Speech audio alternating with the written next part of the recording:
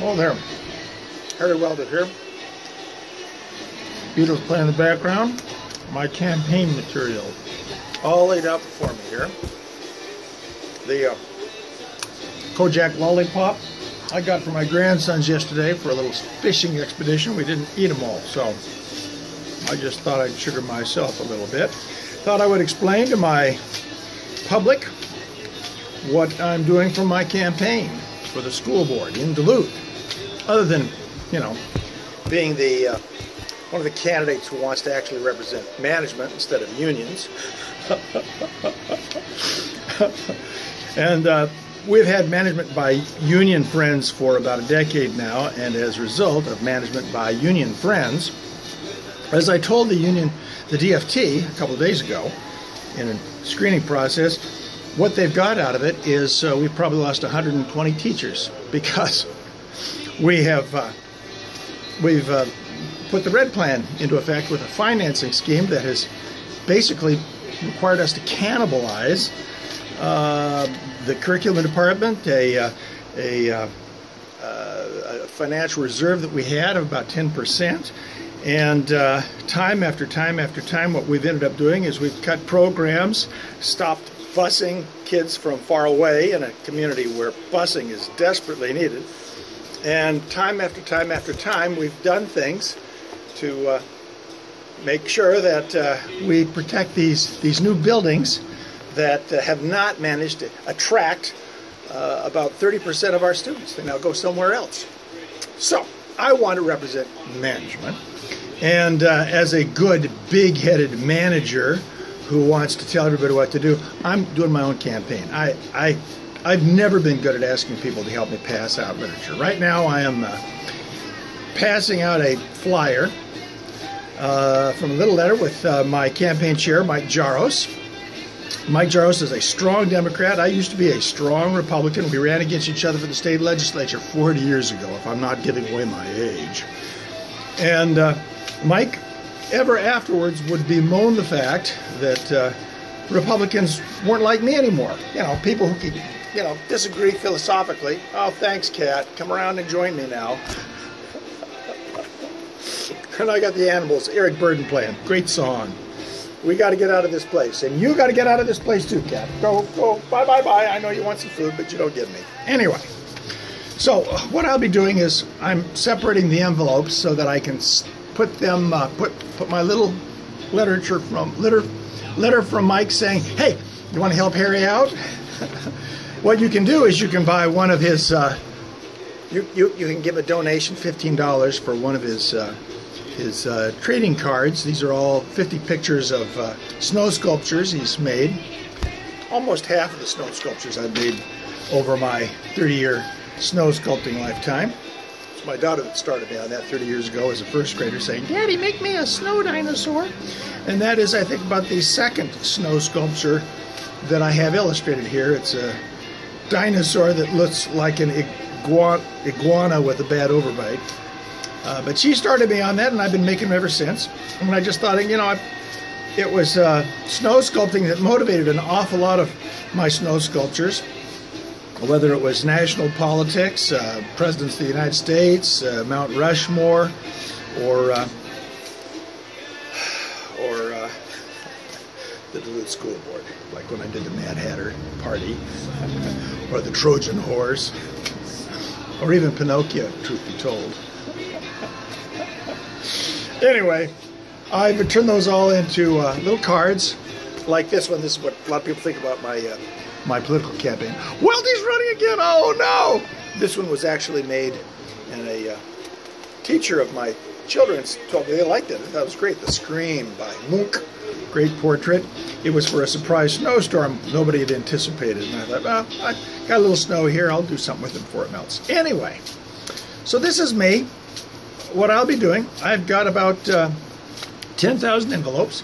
There are about 30,000 doors. I'm running at large. That's every household in Duluth and in the townships, with the exception of the precinct up in Bayview Heights, which our school board gave away to Proctor about 50 years ago because they had an ornery school board member that they were so irritated with, they decided to get rid of him. give his precinct to Proctor. That's what Bob Mars told me. He was on the board in that era. And nowadays the school board is a lot less subtle. What they do is they spend $200,000 when they find somebody who asks questions and he won't stop asking questions, and they gin up some kind of a nonsense case against him for using racial language. Never mind that he served on the board of the National Association of the NAACP of colored persons. And anyway, I ask embarrassing questions too. I do it with a fairly good frame of mind, not nasty. But I've been trying to figure out what's been going on with our district, why we've made so many cuts, why so many people have left. And one of my most recent discoveries is basically the Duluth School District doesn't tax anybody in Duluth. Oh, no, you got to keep listening to this. Yeah, we get taxed. Our taxes 20 years ago when I was on the school board a long time ago were $23.5 million. Now they're $31 million. So we're doing plenty in the way of taxing. But to finance the school, the new schools, what our board, I think, did unwittingly was just decide that what they had to do, or the finance people decided they had to do, is stop putting any of the local taxes into the classroom. Right now, we're putting $2.5 million of our taxes into the classrooms. That's asinine. No school district puts so little of its tax base into the classrooms as Duluth. That's because it's all going $28.5 million of it every year to pay off the red plan. So we've got beautiful schools, wonderful schools. I love the schools. We just are keeping all our money in that pot, and nothing goes back into the classroom anymore. Now, the state still does its part. It has always kicked in about 70% of our overall budget. It's just that the 23% of the budget that Duluth should be kicking in all goes to pay off these wonderful new buildings. How much difference is there between now, when we're taxing $8 million more than 20 years ago?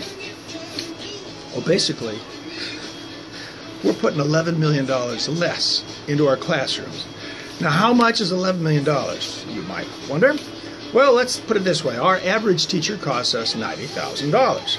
If you do the math, what you find out is that we have had to lay off 130 teachers or so, 137 teachers, to pay the red plan bills.